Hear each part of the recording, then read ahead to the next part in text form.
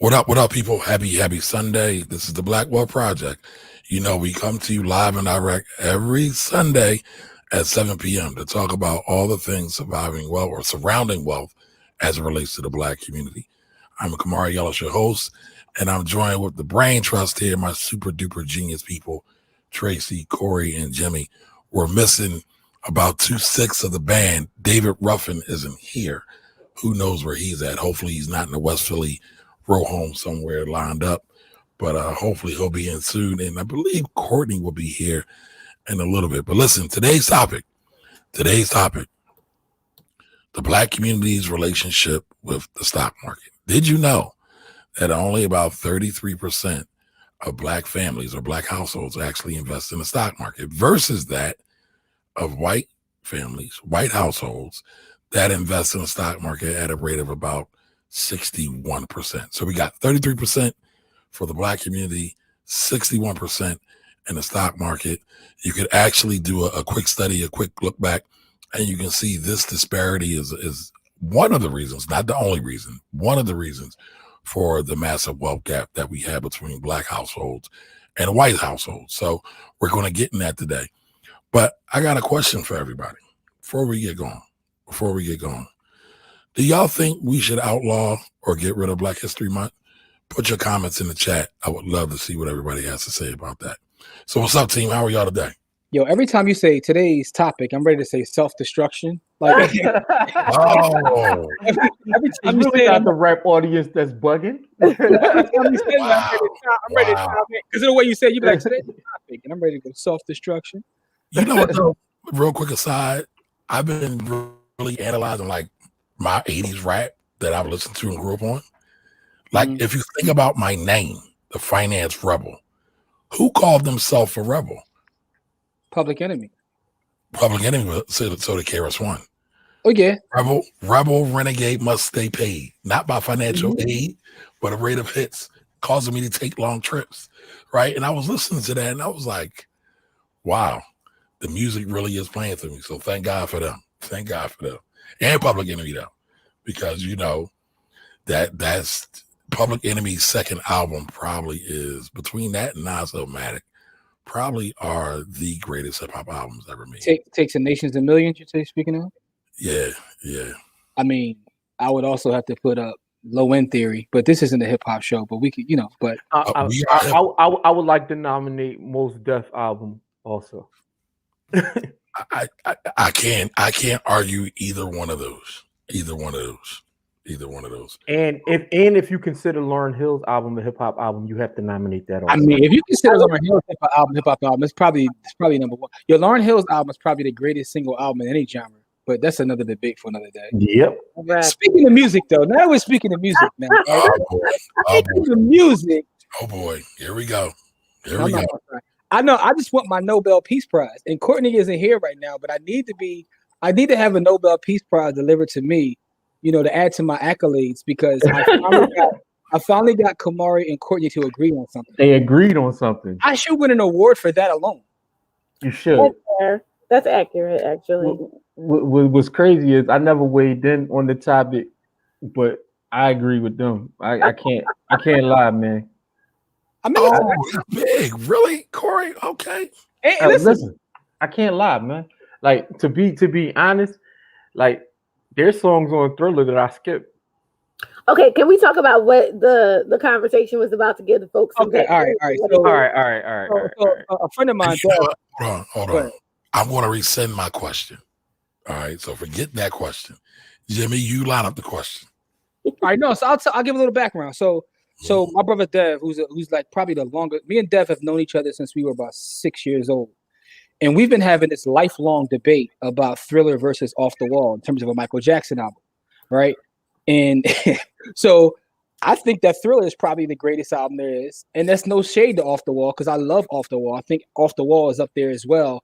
It's just certain songs on Off the Wall that I actually skip. Like some of the disco songs I just don't listen to. It gets no play in my rap. But Thriller, to me, from top to bottom, is what it is. So we've been having this lifelong debate. And this past week, Mike came on, I had Shuffle on, and they played a couple Thriller songs in a row. So I decided to like troll him again and say, yo, I know this is 30 years running, but Thriller is better than Off the Wall. So in the midst of that, everybody start coming in and throwing shade because that's what happens when you say this is better than that. And I actually got Courtney and Kamari to agree. They both love Off the Wall, so they both disagree with me. But I thought it was beautiful to see them agree because they never agree on anything. Never agree That's on anything. That's very factual. Listen, hold on, hey, Adrian. I see your comment, Adrian. I don't have no problem with anybody saying Off the Wall is better, but y'all be like hands down, no debate. Y'all be doing too much with that though. Like, come on, man. I'm not gonna say hands down, no debate, but I'm going to say that I prefer. Go ahead, Tracy. Do you got the music? Are you producing? We need that because we gotta bring in our special guest. Okay, I got you. David Ruffin is in the building, so we gotta bring him. He comes on late on purpose to get him so he can. Yeah. He needs his own entrance and whatnot. The Black Wealth Project ain't nothing without David Ruffin. I'm gonna get Malik. I'm gonna get Malik a red cape for Kwanzaa next time. Just so a red cape. Damn. I can't. What's up, Malik? How you doing, brother? Hey, what's up? Nah, you know what? So for some reason, man, I couldn't get off of my camera wasn't connected, and so I was like, I had to play with that for a while. But I figured it out though, so we all good. Oh, all right, man. Jimmy, get back to the story. Oh no. So the debate happened pretty much, and I've been getting slandered all week just for saying I like Thriller better. Although that's no shot at. I hate that. That's the one thing I do hate. I want to address that too. Because you think something is better than the other doesn't mean you think the other thing is trash. I love Off the Wall, but there are some songs on Off the Wall I just can't take. Specifically the last two songs. Like y'all can keep them. I'm sorry, you can keep them. Listen, there's more skippies on Thriller than there is Off the Wall. I disagree. First of all, it's only 9 songs. The only one that you say you skip is the one with Paul McCartney, and I get it, but I think that's a classic song because they're singing about Black wealth. So you can't be part of the Black Wealth Project and not like that song. He is throwing shade at boy. All right, Malik, what you got? Thriller or Off the Wall? To be honest, man, I really don't know, man. I don't. Whoa! I mean, Thriller is Thriller, dog. Thriller is isn't Thriller the greatest selling album of all time? Listen. I mean, not meaning it's better. Doesn't mean it's better. I'm just saying. No, listen, I haven't listened to either one of them straight through probably since 92, 93, straight through. What's wrong with you, man? So I just come on, can you pull the track list up though? Listen, I was a mixtape boy, man. So I was listening to every mixtape out. So I wasn't. I ain't mad at that. I am too. Listen, I'm a mixtape dude too. Like no. What I'm saying is, I was a mixtape distributor. I had to listen to everything. I got you. What's the greatest mixtape of all time? The greatest mixtape of all time, Tony Touch 50 MCs, hands down. After that is probably Clue, Summertime Shootout, or Springtime Stick Up. Oh man, ho.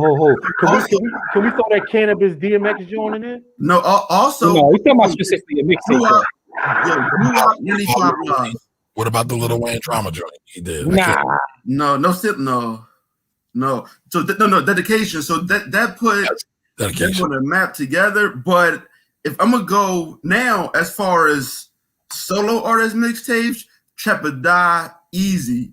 Trapper Die did like 250,000 in the street before Def Jam put the money behind it.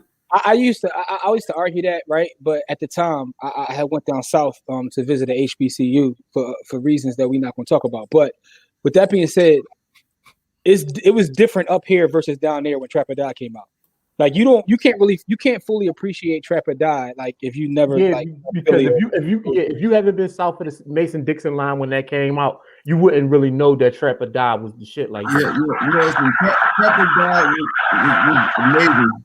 But I will say this, man. I was in Atlanta the weekend that So Icy dropped with Gucci and G. Oh my God, Atlanta's all you heard was So Icy everywhere you went. Like that song. That was a big song.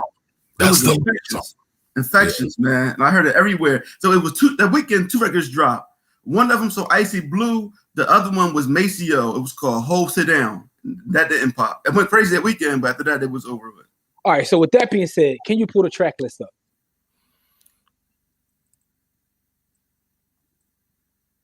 So I You ain't found. have to show Mike on the cover. Like you ain't got to. Hold up, but let's not mention that Mike bodied the cover too. Mike set the precedent with that cover too, though. He did not. It was a lot of people before Mike that was in that lay down Mike position, dog. Mike bodied That the lay cover. down, that was the classic. Yo, I can show you 20 records with people laying on their I arms know, like that. I know Lionel got it. I know Lionel did it too, but it's not. I was about to say, Lionel got it. Yo, by the way, shout out to Lionel Richie. Yes. Yes.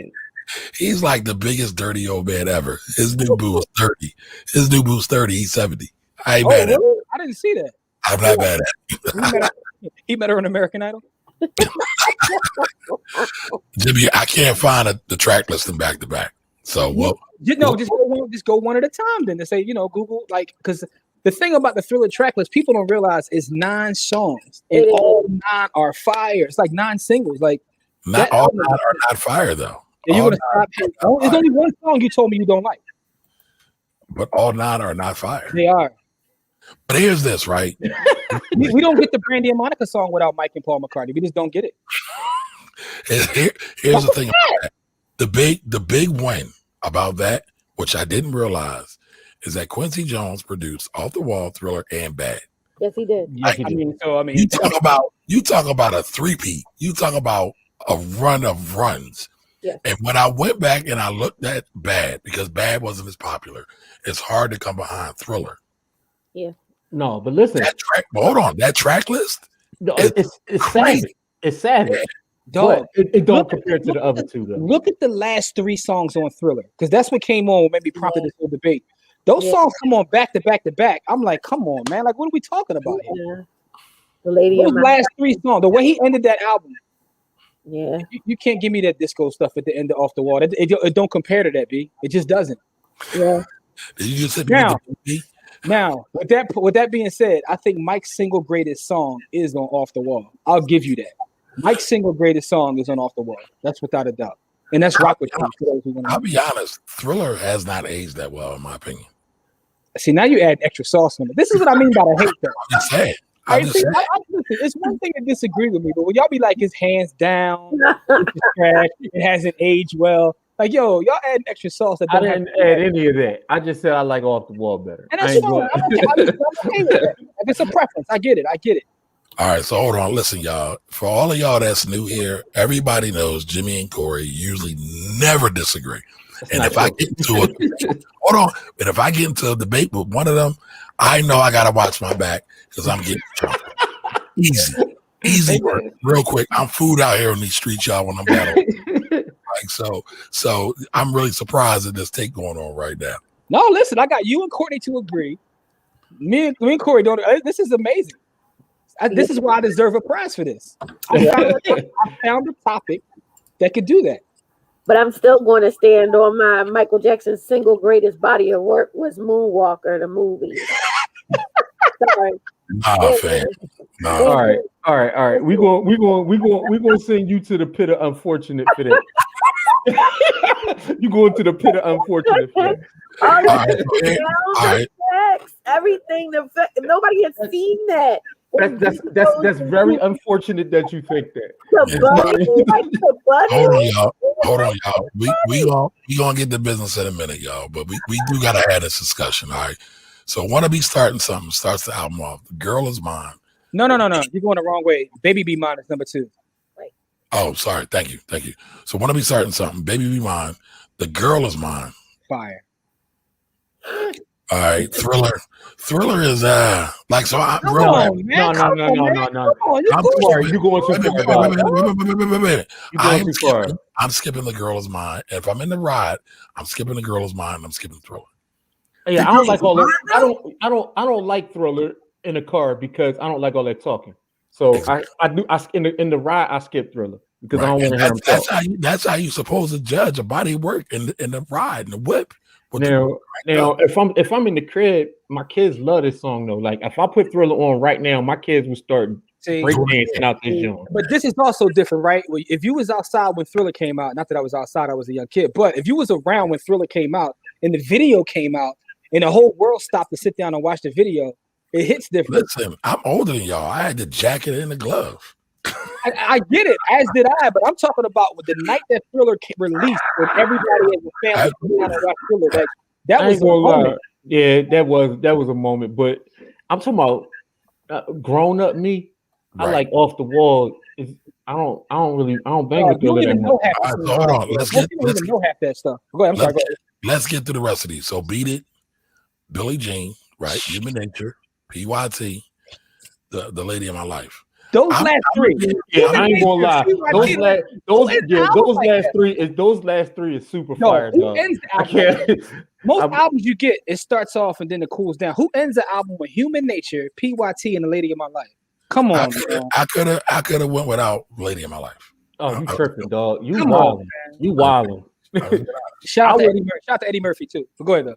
Yeah, you wilding out hard on that. Those three songs is super fire. Like, I would rather not listen to those two, number 3 and number 4. Like, I'll skip right over them. But if I get to those three songs, I'm not stopping, dog. Those three songs is fire. All right, so listen, everybody that's watching, everybody that's listening, I can hear the sound of my voice. What's your favorite track on Thriller? Can you name one? Can you pick just one track? Human Nature. Human Nature. Look at everything that's spawned from Human Nature, from SWV to Nas. Like, Human Nature is never mind. But pull up the other track list. No. That's a great point. Go back to the point. Go back to the track list. So our people who just came in get a chance to look at the track list one more time. Some people might be like Malik and haven't listened to it since '92. Hold on. No, I mean, ain't nothing wrong with it. That's real, but you got to give me a minute because I already pulled up Off the Wall. Yeah, let's look at this. And I want y'all to tell me, like, that y'all listen to all these songs because y'all lying. Okay, don't stop till you get enough. Fire. Rock With You. Absolute fire. Yes. Working Day and Night. Man, listen, yo, that's my favorite song on the album. Had a spark when it started. Oh man, Get on the Floor. Nah. Get on the Floor is all right. Enough, Jim. It's all right though. No, go ahead. It's all right. Get on the Floor is better than everything on Thriller. Number 5. Now you're going to. That's what I mean. You be doing too much, right? I'm okay with you liking this better, but you're doing too much. Listen, what I say in that video, I said the other day, it was timed perfectly, and I didn't even plan that. Right? I had Get on the Floor on. That song's fire. All right, Off the Wall, Girlfriend. Girlfriend is I ain't gonna lie. She's out of my life. Eddie Murphy. That joint is crazy. I love She's Out of My Life. I can't help it. It's absolute fire. Now tell me about these last two. Tell me how great these last two are. So listen, I'll tell you, those last two, get the gas face. Right? They suck. Thank you for your honesty. So, but that's 8. That's 8. Listen, but listen to me. I told you Rock With You is the best body of work, right? But at the same time, if you're talking about two songs that suck, I don't think anything on Thriller sucks, right? Some things are better than others. Those two songs actually suck. They're trash. Yo, nobody listens to Burn This Disco Out in 2021. Like, you talk about aging bad. that is definitely aging bad. That is definitely it's literally called Burn This Disco Out. But I mean, it was the end of disco era. I'm a little biased because put the cap on disco. I'm not gonna lie. He killed disco with that song. It was like, we done with this. No, to be honest, I listened to it because my uncle was a DJ and I listened to that song all the time. So as a kid, I have more of an affinity for that song than most people, which is why I like the album better. But it's only because I listened to it 7 million times. It's not better than Thriller though. Look at the album cover of Thriller. Like, he cooking y'all just with the album cover. Oh, put the album cover up for Off the Wall. It's not Thriller though, dog. Thriller is a whole nother level. Put the album cover up for Off the Wall. And listen, and my guy gave you 9 songs. Like, I'm only giving you 9 songs. Like, I don't even have to give you. Listen, I'm in the quality. What is that? Who is that? That was people clapping for my analysis. Tracy, are you over there producing? Yes. That's you? Yes. All right, you gotta pull it back a little bit from the mic. Okay. All right. So the 8, quality over quantity, the 8 on Off the Wall are better than the 9 on Thriller. Sorry.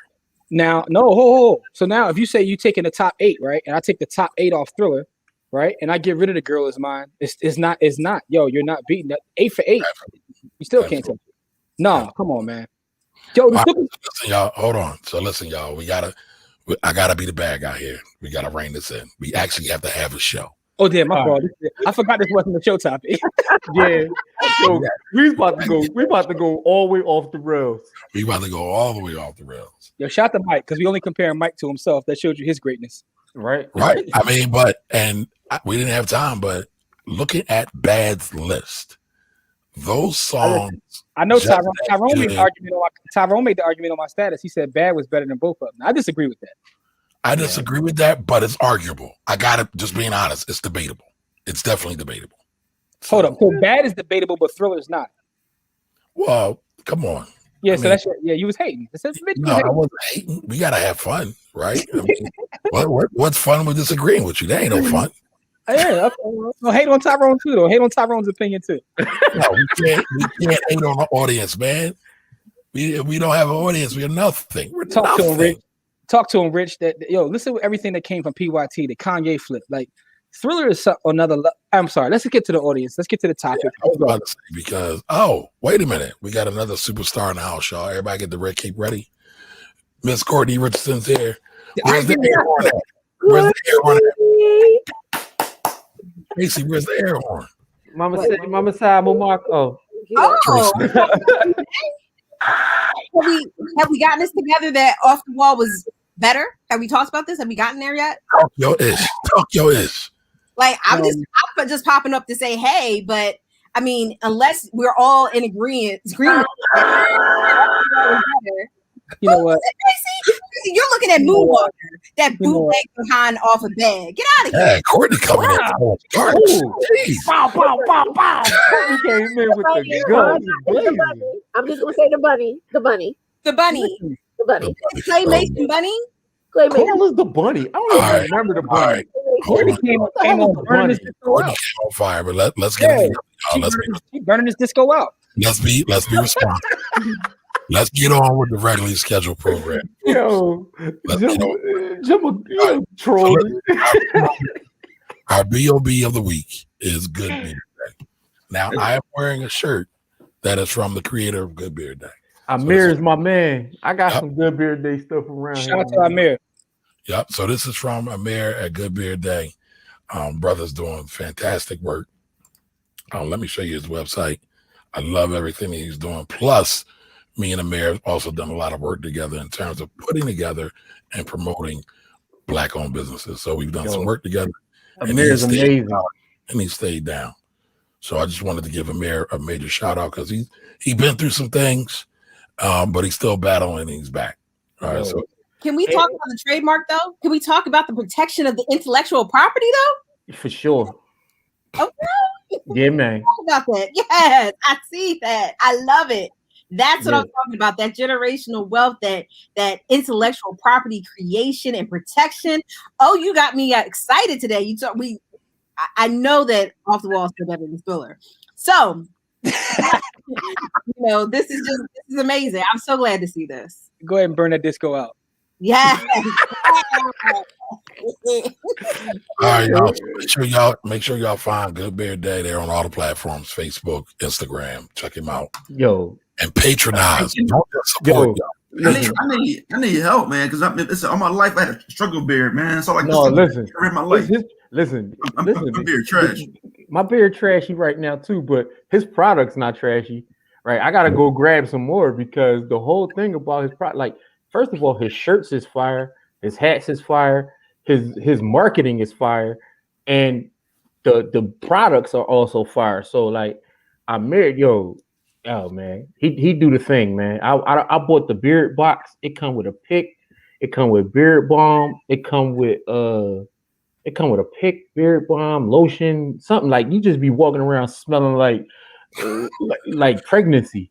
Like you about to get somebody pregnant. Like you luscious after that, huh? Yeah, man. Like you be walking around smelling like pheromones, like everything coming right to you. So go get some. Go Good Beard Day. You can walk around smelling like pheromones. Gracious. So somebody comment on the site and look for his site. Yeah, somebody asked for it. Good Beardday.com. That's what it's goodbeardday.com. Yes, all right, so listen, y'all. Let's get back on track. Let's get it together. Today's topic: self-destruction. It's really not the rap audience that's bugging. Now I'm going to go back and listen to that tonight. All right, listen, y'all. Today's topic is the Black community's relationship with the stock market. The Black community's relationship with the stock market. Like I said, I read the stat off earlier today. That was from a 2019 study from the Fed Reserve. They said that 33% of Black family households invest in the stock market versus 61% of white family households invest in the stock market. And as I said before, that's one of the reasons, not the only reason. Can't even say the biggest reason for the Black wealth gap, but that is the thing. Black folks love real estate. When you look at our panel tonight, that's a reflection of that, right? But why is it so hard for the Black community to really get in step with real estate? And Jimmy, you can't give your stock market answer. I can't give my what answer? Your platonic answer. I don't know the platonic answer. I mean, I can give you a list of reasons, but I don't want to steal everybody's thunder. But what I will say is, it's difficult to really get involved in something when you know, maybe even subconsciously, that you were once the product on that market. That's one part of it. The other part of it is not tangible, right? So if you look at our history, and we don't trust big government, we don't trust big institutions, and we have a good reason not to. So when you have something that's intangible, it's very difficult to see, feel, touch, or understand it. There's a lack of education. So that's the reason why. When you think about the fact that you were once the product that was being sold on that market, and I know some people will say, well, everybody doesn't know that or doesn't care, and that's not why. But I think subconsciously that's a thing. And not trusting institutions and governments is a thing. And it's with reason. It's not that it's without reason. But now we have to get the education. We have experienced folks in this space, and we have to be able to pretty much buy into it. Because when you talk about the stock market overall, it's how our world works. It's how our world operates. So when you buy into the stock market, what you're actually buying is America, right? And as we grow as a country, I mean, your wealth can grow with that. Mm-hmm. So we have to be involved in it. But historically speaking, I can see why as a people and as a culture, we're not. But, we're waking up now. I think that right now we are in the middle of a renaissance, and more people are waking up, more people are getting involved. So we just have to continue to move, and push the ball forward. So I want to push back a little bit. Hold on, Courtney. Well, I was coming to you anyway, Courtney.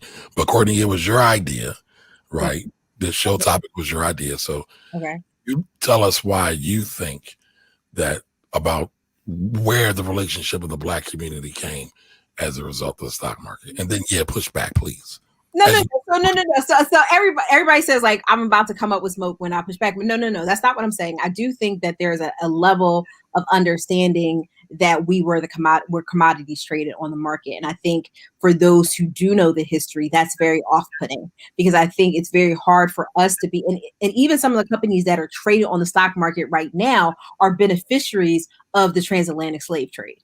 So a lot of the big banks were. So I think there is some, if you do understand, it's off-putting. So you're like, yo, how do I take advantage of or take a piece of something that had a piece of, my heritage? That's it. It is a little pushy, a little touchy. But I will say a couple of things is that African Americans our Black people have always known about the stock market, but the problem is there's always been some kind of intermediary between us. So, for example, and I actually had this conversation a couple of weeks ago with my grandmother. My grandfather had stocks, but he had a white person serve as the intermediary, because I think we take for granted that right now I can go to Robinhood, I can go to Merrill Lynch, I can go to E-Trade, I can put in my own trades directly. But that just happened within the last maybe 10 years on a large scale basis, but in a smaller scale basis, maybe about 15 or so.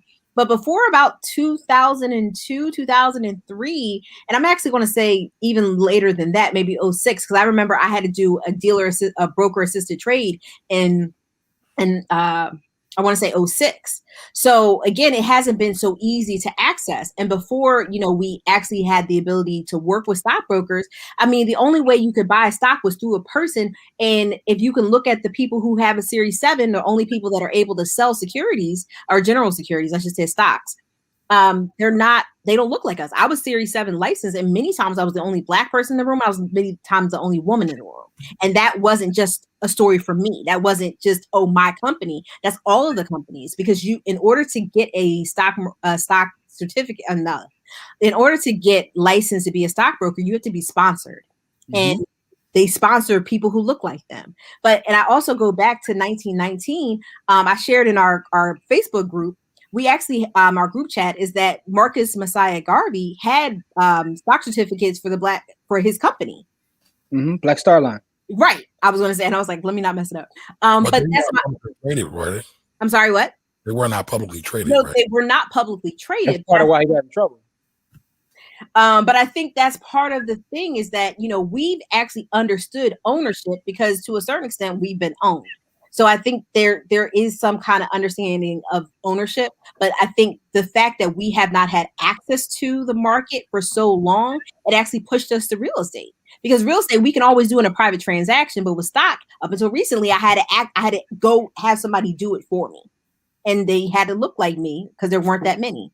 But also, real quick, I push back a little bit. No, I'm joking by saying that. But no, if you look at us as a whole, not individuals, but as a whole, we also haven't had the resources to invest in the stock market. Mm-hmm. Right? Fair. So even if we had access, a lot of times we wouldn't be able to because we've as a people, we've been in survival mode for years. Mm-hmm. Right? All right, hold on. Let's get everybody else involved. Malik, what you got on this, brother? So I'm gonna say this, man.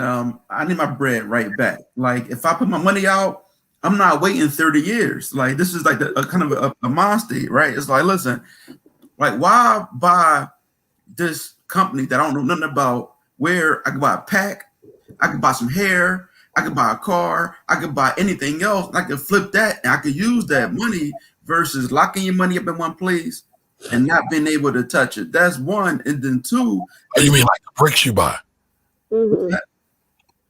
Yeah. Whoa! What's going on in this show? What happened? Let's take more. Well, I said like the bricks you buy. With the bricks you buy? With the bricks you buy? No, the bricks you buy. Brick and mortar. The real brick. The other bricks. The real brick. Oh, okay, yeah. Okay, gotcha. Oh, yeah, no. So the difference I think with real estate, right, is people understand like, damn, okay, I could put out $3,500 and I can collect $1,000 a month. Like that's easy. It's understandable. I got it. Worst case scenario, I can move in myself. I can do whatever. But the stock market, like you actually have to study.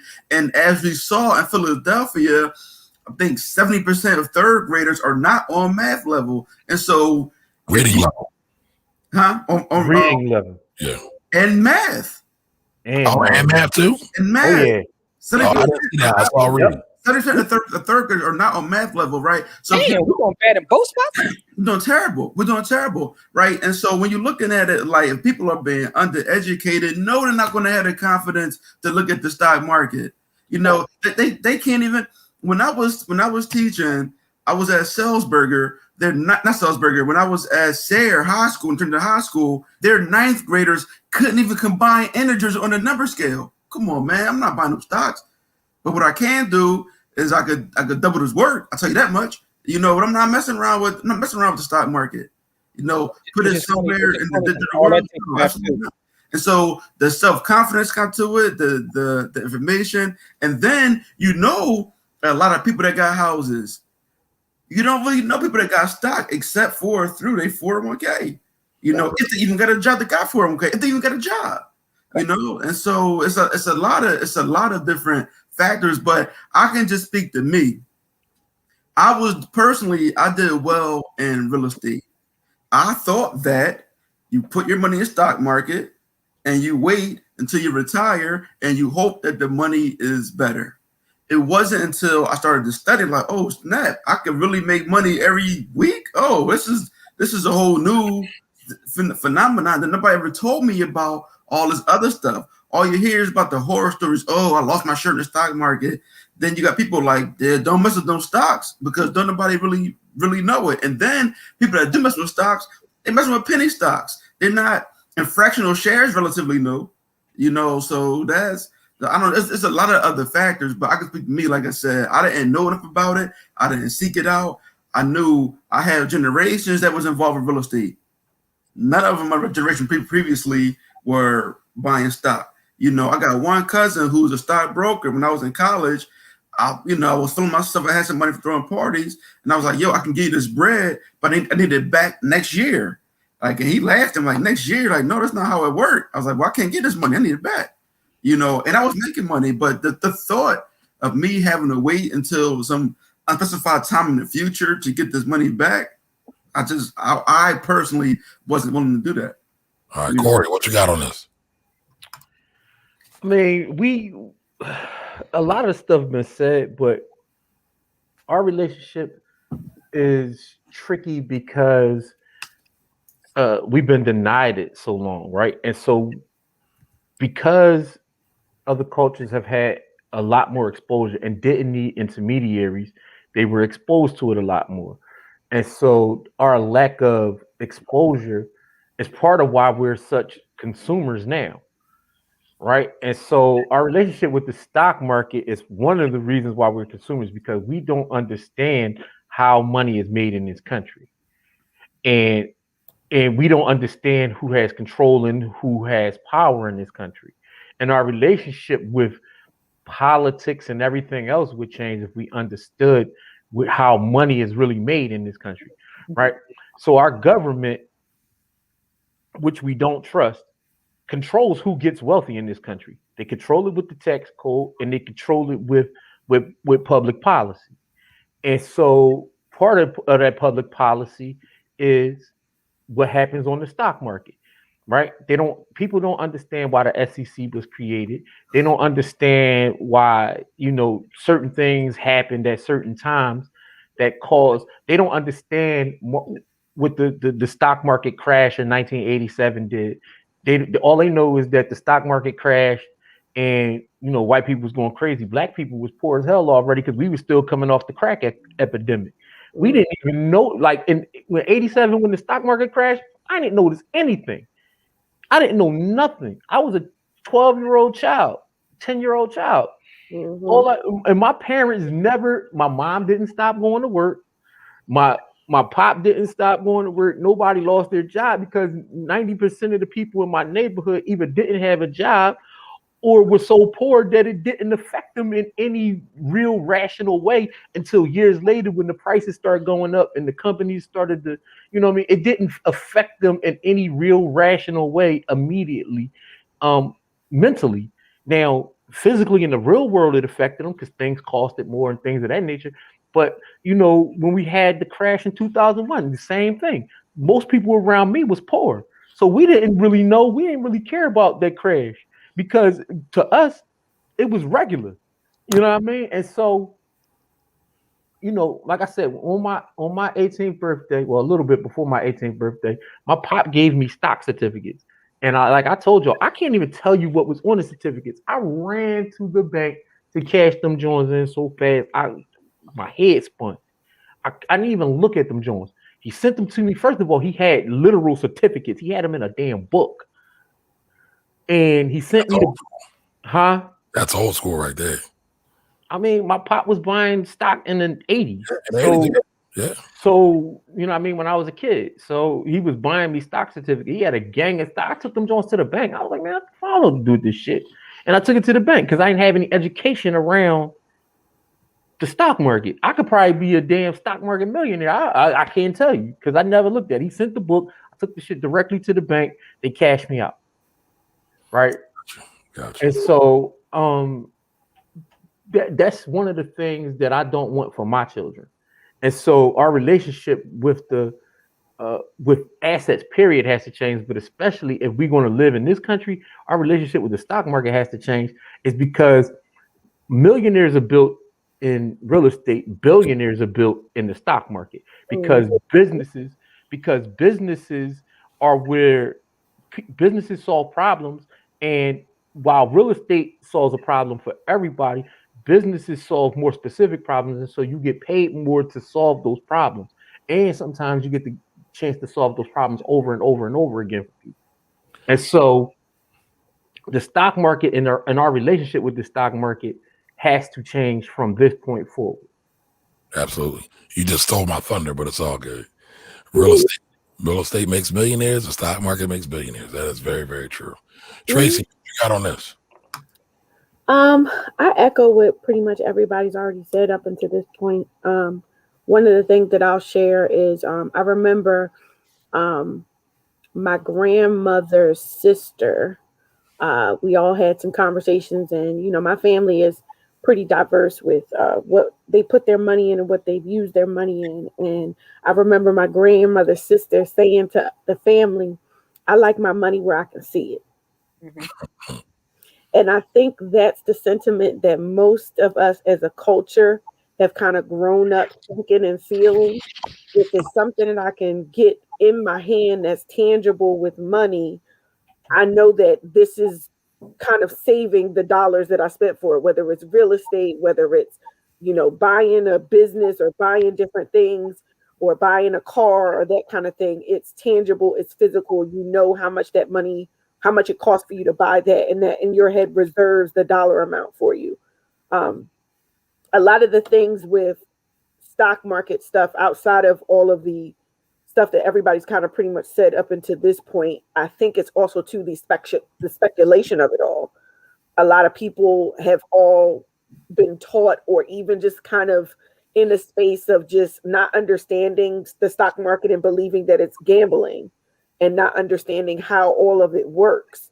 And there's such a big stigma against not only things you don't understand, but things that also have a negative connotation to what you've been taught growing up and all those kind of things. So I think that's a bit of the apprehension of it, but I agree that people really, really need to understand economics and financing, understanding how these businesses operate, understanding how you owning a piece or a share of that company makes a difference in how well they do, how well they don't do. I think our community exploding with understanding the difference in what the terms like options trading is and all of that kind of stuff is a real mind opener for understanding that you can make money quickly as opposed to the thought process of the long term with the 401ks and everything else. My dad was probably the first person who introduced me to the term Black Monday, because he had stocks in 87 when it crashed. And there was so much discussion around it in our household that I was just like, it's not black outside. Like, what is he talking about? So that interjection of understanding it very early and understanding what that all mean, and him having to explain it in kind of layman's terms for a child to be able to get, why I'm so stressed out right now. Right. But those kind of things are just important for just education, being able to teach your children about it, being able to talk about it around the dinner table and that kind of stuff when it comes to economics, because there is so much about this country and how to generate wealth that us as a culture has been left out of, just in general, for just knowing that it exists outside of being able to wield it and be able to do well in it. So Gotcha. Now listen, Tracy brought up the term or the history of Black Monday, October 19th, 1987. There was off the top of my head, there was some Forex contagion, or there were some issues in the Forex markets in Asia, and it wound up spreading across the world. So everybody plummeted after that day. But then the market bounced back, I think, in it was either 3 to 6 months.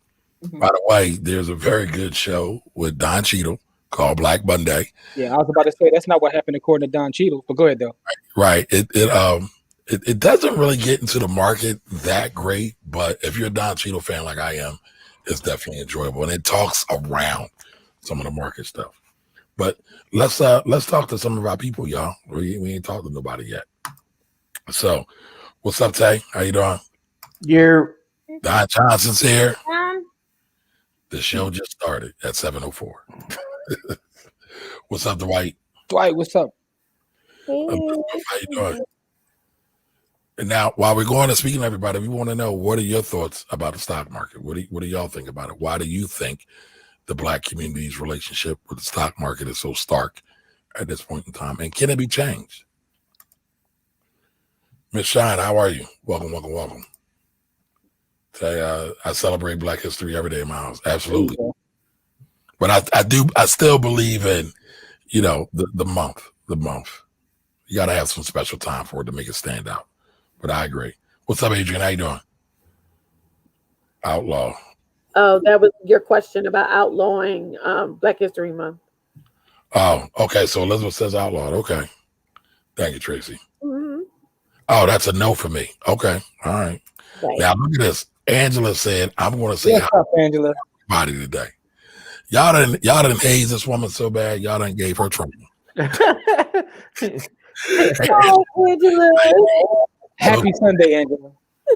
Happy Sunday to Kamari, Ellis, Corey, Jimmy, Tracy, and everyone. All right. All right. Don says, nah. Monica. Hey, Monica. Hey, what's going on? Hey, Monica. Monica, that was a great post you put up in the group. Yes, it was. I asked you a question. Please, when you get a chance, please respond to it if you haven't already. Hey, Callie, how you doing? Fiali, how are you? What's up? What's going on? Oh, hands down. There we go. That's what I mean. I'll be going too far. Hands down. No. All right, go ahead. I'm not sure what the trophies are for, Talisha. For Thriller. Oh, yeah. No. He's going to give him the That's bad. All right, Adrian's laughing.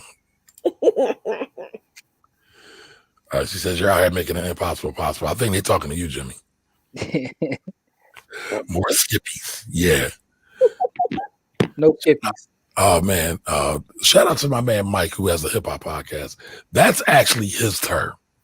So, hey, what's going on? Hey, here we go. That's a great idea. That's Should right. put it on title. That's the thing. It's got to be on title. Yep, can't be nowhere else. Hey, Crystal. Hey, what's going on? That's my Ford stock boo, as Jimmy said. Yeah, your fellow Ford lover. All right, Agent says that position on the cover guarantees a hit album. Mike body that. Everybody who's done that position has had a hit album because of that. What up, Ty? What's going on, Ty? Hey, bro. Yep, Quincy is a goat. Most definitely. Yeah, we're not going to debate that one. Yeah, there's no debate. Are we still talking about Bad? Well, I brought it up. All right, Bad was that, but I think a lot of people slept on. Yeah, yes. That's true. That's true. Listen, Teddy Riley has hits for days. Yes. Teddy does not get his props. I mean, he engineered hip hop sound. I mean, he has his own genre, so you don't have to really give a guy props that has his own genre. Right? He actually has his own genre of music. So hold on, though. I will say this though. It's more than New Jack Swing now. No, I understand he is. A lot of it. And Teddy does have hits for days, but everything changes when Babyface walks in the room, and we saw that. It does. No, we saw it already. Don't do that. Let's not debate that. We saw that. We saw that Teddy close. We saw. I gave that versus the Teddy. Now Teddy's homie in the back, he was doing too much. No, hold on. You're the first person I think I've ever heard say that. But you Don't worry, man. We being a rebel. Yo, I might. Yeah. Now I'm on Jimmy's side. I like Thriller better. Cause you just said that crazy ass. Like, come on, man. But real quick, Babyface and Teddy have two different types of music. Yeah, sure. Babyface is the king of ballads, hand down. He cooked that verse, you see whatever you want to say. He cooked Teddy Dumbass. Not Teddy Dumbass. But I will say this. But Teddy, he's always setting new trends, man. When he went to Virginia, he made stars. Now he moved to Rwanda. So let's see what come out of the Rwanda situation over there. I didn't know that. That's dope. I didn't know that. Yeah, he moved to Rwanda. Wow. Okay. He opened the studio in Rwanda. All right, Latoya says, I love the cultural discourse. Okay, cool. We appreciate it. Listen, I said this yesterday, and this kind of came over me. Financial education without cultural relevance is trash, right? We can talk about money all day long, but if it has no cultural relevance to us, our people, our struggle, our history, it doesn't really matter. And that's where we see our folks go off the rail and do a whole bunch of goofy stuff. But you know what's interesting about that comment, right? So I had, like, from the work that we do, people tell me all the time that one of the reasons they like what we do is because we are culturally relevant. We don't talk like some folks talk if they watch Bloomberg or what have you. Right. We still know what we're talking about, and that's also a part of the reason why we're not involved in the stock market. Because to Malik's point, most of the time we didn't know anybody that looked like us that had the information. That's a fact. And they intentionally try to make these things, these topics, these subjects, these strategies sound more complicated than what they actually are. Language and money. You know what I'm saying? As my grandma would say, obtuse. Yes. While we're on that topic, I do want to give a shout out to EYL for taking down Dave Ramsey for #1 spot in the That's hard. podcast. That's hard. As they should. Peace and love to them. Shout out to them. Facts. That's fire. Hey Angela, how you doing? What's up, Richard Moonwalker? Hey, Rich, you gonna piss her off, Rich? She love her moonwalker. The video game was hard, though. The video game was hard body. You okay, Tracy? Yo, So listen, Elizabeth. I still play the video game. Yeah, the video game was hard body. So Elizabeth's favorite song on Thriller is "Lady of My Life." All right, I'm Fire. not mad at that. Garage said Thriller. All right, you want to be starting something? Is her favorite song? Let's go. Let's Hey, go. look, I need Elizabeth. Send me your DM, Elizabeth. Send me your Talk DM. to him, Tyrone. Tell him what's good. Honestly, based on the presentation, Thriller is better than Off the Wall. Ooh, we about to cause a breakup. We got marital. Listen, Courtney. I'm gonna skip the rest of these. I don't want no trouble. Yes. I will say this though. Monica's favorite album from Michael Jackson is Bad too. So there's that. Okay, all right. I don't know why y'all hate it. I'm not mad at that. I just don't think that it is it's not the same. Adrian, where did that come from? I have questions. That came out of like left field. Like I'm like, where did just what? Remember Remember the time. No, Kamari was talking about her favorite songs off each album, but she just had to she couldn't really talk about that, but she wanted to make sure we acknowledge Remember the Time. Yeah. Remember the Times was hard body because that's the first time I seen an all black cast on that video was amazing. That's what I was trying to say about Moonwalker. Like he did so much with cinema, with all these props, not only special effects. Nobody was doing that on videos with music before MJ. Hold on, though. Another thing about that, right? The actual Thriller video, though, that set all these videos up. That did. But another thing about Mike is I want to say that he said, I heard him say this, he was the first artist to actually go to Africa, Black Africans, not these white folks, to get Black Africans to be in his videos. That's I ain't mad at that. I ain't mad at that at all. So here's the other thing. Does anybody remember the 3 Michaels? Like, he was dancing and then here come one other Michael and then there were 3 Michaels dancing at the same time. In like what, 81? Yes.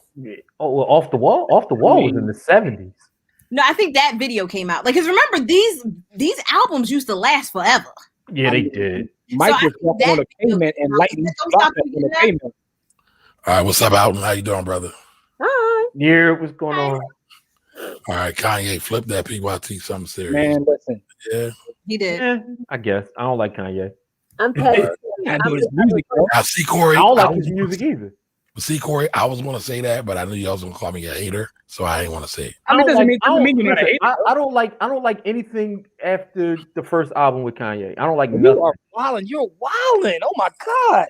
I can't listen to Kanye. That 808 Heartbreaks is something else. There's something to I like specific songs, but you can't like the first album's not even his best album though. I'm just saying, I don't really like Kanye. His music don't move me none. I know people think he's a musical genius, but he don't move me musically at all. But that's okay. All right, so Tay says, what's the website? So the website for the Good Beard Day, thank you, Talisha, for the help and the assist, is goodbeardday.com. All of y'all get that, goodbeardday.com. That is the B.O.B. of the week. Yeah, Kanye a weirdo. I don't mess with nothing he do. He might be a weirdo, but that has nothing to do with his body of work, though. It does, because I can't, like, when I'm listening to Kanye. I think history is being made. I've never seen you two go this long in a debate. This is every day. I know you. You never hear this, but yeah. All right, so Latoya says Jimmy's dropping bars from the gate. Thank you, Latoya. But we also know Latoya's from the cold too. So she's come on, Whoa, He mad 'cause he ain't got his number. See, that's what this is what I hate. The haterade is strong on that side, dog. I'm a out. Kanye fan before you. Latoya, I'm joking for the record, Latoya. Alton, thank you for that. Yes, everybody, please like this Like video. and share. Yeah, we fighting the algos. Help us fight the algos. That's right.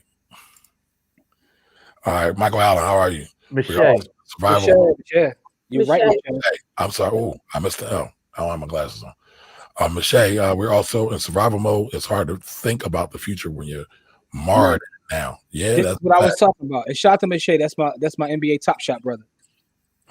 All right. Because I think many don't really understand the stock market, and many see it as too risky. They would rather leave it in the bank than risk it. Some of them. That's like with Tracy. That was going to Tracy's point. Yeah. Like, but there's another point in the comments that says that we didn't even leave it in the bank because we needed it liquid. Yeah. So my grandmother, I can't remember. My grandmother only went to the bank to like pay a bill. Yeah, to pay a bill or something. Like I never seen my grandma like mattress money. That's how I grew up. Yeah. We grew up with shoebox and mattress money. So I get it. All right, so Latoya says, let some rappers put in a few songs and see the change, LOL. Seriously speaking, though, I think it's definitely the lack of education and access. I mean, rappers have put stock in the songs. I think the first rapper I remember talking about mutual funds was Busta Rhymes in the 90s or something like that. I remember that. And matter of fact, I mean, speaking of Most Def, Corey brought that up, but on Black Star's first album, and Respiration, he drops a bar about the stock market. Yeah. Rappers been talking about the stock market for years, but we ain't want to hear it. I mean, but also some of it's a website. A lot of the stuff they say don't make sense, but that's either here nor there. It doesn't. I also know that. Like I'm like, they use it to rhyme. This rhymes with that. Yeah.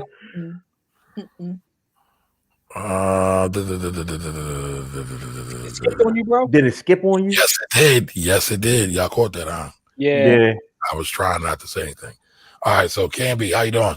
I think we prioritize paying bills and everyone else before investing. In addition, I don't think most of us understand compound interest and investing. However, we understand how to play the lottery, which is more of a long shot. Facts. That's a fact. We need a whole show on our love affair with the lotto. Man. Yes, we do. Somebody put that down as a show topic. All right, the White says society has changed incrementally, not fast enough, granted. And most common folks were just surviving. We just started learning about flipping, leaps, day trading, and real estate as properties. Many were revolting against capitalism. Black Panthers, SNCC, SLC. Yep, that's a fact. I mean, listen, we were just talking about Fred Hampton, right? He specifically always talks badly about capitalism. Mm-hmm. I get the time. Yeah. But, and I don't feel like I have the right to even analyze or criticize Fred Hampton, just to be totally honest. But that was an incorrect assessment. Yes, assessment. Thank you. But I mean, the thing is, if black folks weren't allowed to participate, then I think it was a right assessment at the moment. A great point. Yeah. In context, if we can't participate. Yeah, if we're kept out, and Courtney talks about this all the time about like Warren Buffett and the fact that he was able to get in when he was because he could participate when we couldn't. He could start at 11 years old because he was. Yeah, so Dwight, that's an excellent point though, because a lot of times within our community we look to leaders in our specific organizations and in terms of which way we're moving. And if all of our organizations are fighting against capitalism, what does that do for us as a whole? So I want to push back. I think my bigger concern is trouble. No. But my thing is that what the United States practices as an economic system is not capitalism at all. So I get people's frustration with the United States and what they call or what they name to be capitalism, but this ain't it.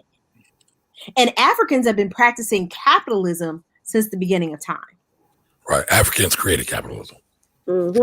You look at market day, it's capitalism. But if our leaders are telling us, some are literally coming out and saying like, "Yo, I'm not a capitalist. I'm I'm a socialist or I'm this. Like these are the folks that were leading our communities. Right? Yeah, I know. I get it, and I get why. Right, like you said, with the nuance and the day, I get it. Angela Davis used to come out in camera all the time and say, "I'm a communist. Like this whole thing is trash." Like these are our leaders saying this.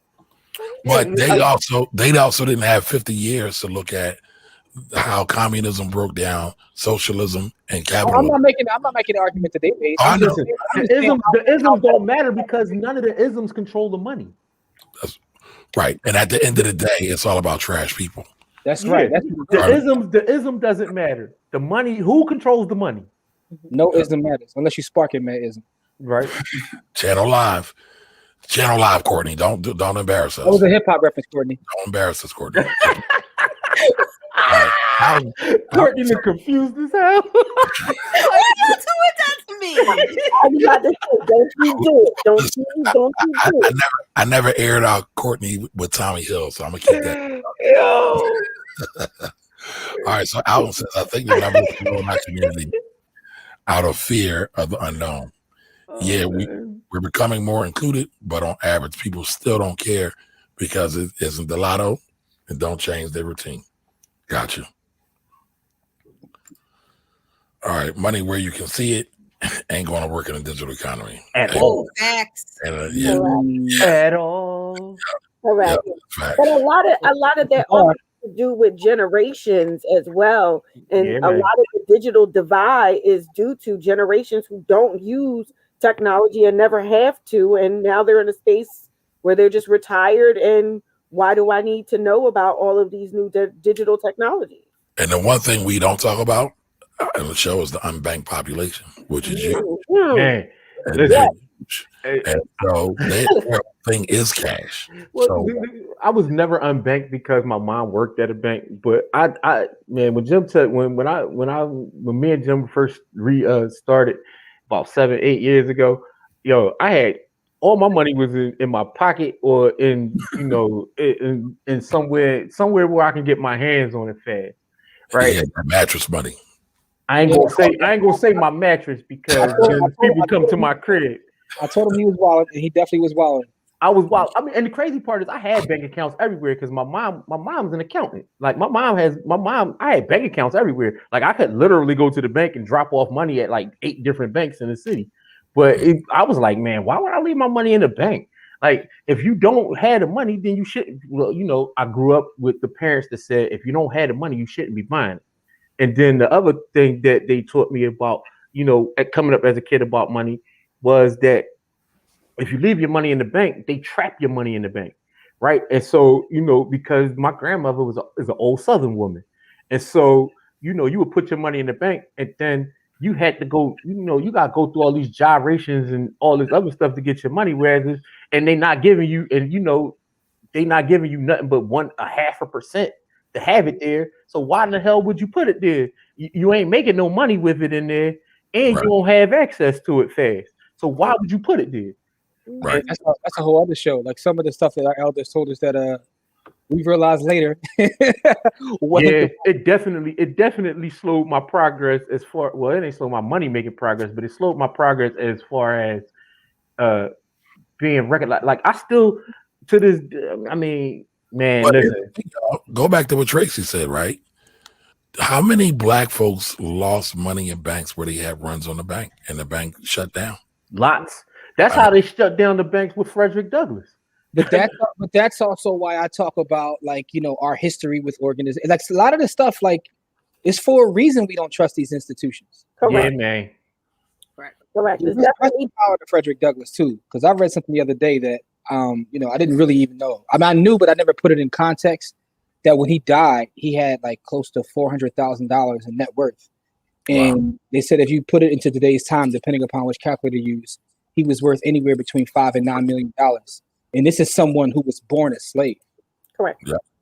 That's amazing. That's super amazing. Listen, I'm surprised he wasn't featured in Black Fortunes. Yeah.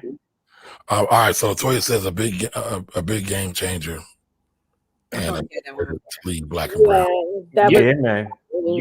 Information divide for about stocks and stuff. It's happening again in crypto, but that's another story. Yep. And marijuana. Alton says because many folks have that microwave mentality and want instant gratification. Yep. So the microwave mentality comes from it's a function of poverty. Yeah. So Because you've been denied so much that when you finally have a chance to get the stuff that you want, that's the first thing you want to do. Mm-hmm. That's why we had that other show with the trick budget, because that's part of why you need a trick budget. Correct. Yeah. All right. So, hey, Jairus, how you doing? This is the comment I was talking about. I have to agree with Tracy. Due to limited funds available, the little that they have needs to stay liquid. True, right? Because they got to pay for bread, milk, and everything else. Many of our grandparents wouldn't even use a regular bank. That's a fact. That's correct. A fact. Yeah, and not only that, how many of our grandparents or great grands or wherever went through the Great Depression as well? Correct. All of that stuff matters. So can we talk about the trauma that comes from the Great Depression? Man. Right. Oh my God. Oh my God. Like my grandmother's 91, and some of the stuff she does, I'm like, what are we doing? Why are we doing this? But I realized that it's a function. She was born in 1929. My grandfather as well, and I was just about to say that. Yep, absolutely. And you're just like, how do we? But why? But I think again, so there was a parable that not even a parable, it was like a little story that I read, and it was a woman. She was like maybe in her 50s or 40s, and she would always cut the ends off of her roast. And so her like daughter-in-law came over one day, was like, why are you cutting the ends off of your roast? And she was like, that's what my mother did. But her mother cut the ends of the roast off because she didn't have a big enough roasting pan. Yep. But so I think how many things, I kind of impute that to just our general conversations, but how many things are we doing it because we saw somebody else do it, not necessarily that it made sense, or at least made sense for them, but we carried it forward because of something that we saw or thought we understood. Correct. We always have to challenge things. It's not bad, but some things don't make sense no more. Courtney, something funny about that, right? So people within our Body Hill University always tease me because when we talk about certain trades, I take a percentage and run. I'm always taking the money and run. Mm-hmm. And we talk about experience from the Great Depression, but like I was investing during 2001, right? And I was investing in 2008. Mm-hmm. So I think that specifically in 2008, when you talk about that, it's a lot of people who have PTSD and trauma from that time too. Correct. We're just not seeing it right now, but I think history will show us. I mean, even when you talk about something like cryptocurrency, it was created because of 2008, right? Mm-hmm. So there's going to be a lot of that from what happened in 2008 that we just don't see right now. Is the whole point I'm making. I think we are starting to see a little bit of that trauma now with everything that's happened in the stock market with Corona, even in the real estate market, like. There were a lot of people who were freaking out when everything shut down. Like, oh my goodness, are we going to go back into another 2008? Are we dealing with this? Like, a lot of people were literally insulating themselves to brace for impact because of that PTSD. And we're finding out now that it's not even the same as 2008. Yeah, and everybody's kind of like, woo, we were scared, but we was ready. I think there were some analogous situations, but I think history doesn't repeat itself. It rhymes. So you have to be able to say, okay, this rhymes. It's kind of similar, but it's not really the same. I mean, I've never seen the circuit breakers go off, 5, 6, 7, 8 times in a row. I was like, I mean, when I got licensed, I was licensed in 2003. When I was working at Merrill, I was working at Merrill in 2005. We worked all the way through the crash and everything. We've never seen the circuit breakers go off. So I was like, circuit breaker. I was like, I've only read about that. What do you mean this is going off? Like, what do you mean? And I was like, that joint drops one more time, we're done for the day. And the only time they stopped trading during the day, I think when I don't know if they stopped trading or the market didn't even open on 9/11. Like those were like crazy times. So when we're seeing these things, you're just like, oh my goodness. But I agree with Jimmy. I lost half of my retirement account because I was in Merrill. Half of my retirement account was in Merrill stock. And this is why I try to tell folks that have just gotten the game, like it's easy to say I'm gonna do this and do that, but when you see half of your net worth gone within one day, it makes you a lot more cautious moving forward and a lot more prudent and smart in terms of how you trade. Correct. And for the folks watching this in Body Hill University, because I know y'all in there watching this, that's why I do what I do, because I lived through that. I was investing during that. Right. So I want to acknowledge this real quick. Monica says Don Cheadle's top 5 black actors. I think Don Cheadle is top 5 actors, period. I think Don Cheadle is top 2, and he ain't 2. But I want to talk about this real quick. So House of Lies is a great show that Don Cheadle was in about management consultants. It's very accurate about that industry. So I would say give that a listen. Or give it a watch. Some people may not like it. It can be very abrasive, but I mess with House of Lies. No, I mess with House of Lies heavy. Yeah. Outside of his love interest, but that's either here nor there. Yeah, that was trash. But the actual show was dope. Right. And that actually does happen in that space a lot. So because it's 97% pure mayonnaise. So has anybody seen House of Lies? All right, that and the other one was Black Monday, which we talked about earlier, which is in either the second or third season. Yo, Don Cheadle was a beast. Iron Man, Oceans 11, 12, Crash, like his body of work. Yeah, Don Cheadle was a beast. He's bigger than top 5, yo. He's top 2 and he ain't 2. No, he was in colors, man. He was in colors. Don't disrespect him. Richard Wright is phenomenal. Richard, like, people don't give Richard Wright the credit that he deserves. That's Dr. Nafis. I always say his name wrong. So, he's phenomenal too. Oh yeah, he's probably top 5 too. Yeah. He's our top 5 black actors. That's a show. All right, Talisha says seeing the funds was a safeguard to those that were victimized by unscrupulous banking practices. Amen. Yep. Amen. All facts. All right, so Facebook, you didn't register, or maybe Courtney, did you do that? No, that wasn't me. No. That's not No. Flag on the play. It's not a flag because you be interjecting from right. You be interjecting under aliases, so flags on the play. You be on Twitter fingers heavy. So I don't know who this is, right? So shout out to Anonymous. Greetings all, talk to me nice. Well, we don't know who you are. So we will talk to you anyway we feel like, because we don't know who you are. It better not be Tiffany. That's all I know.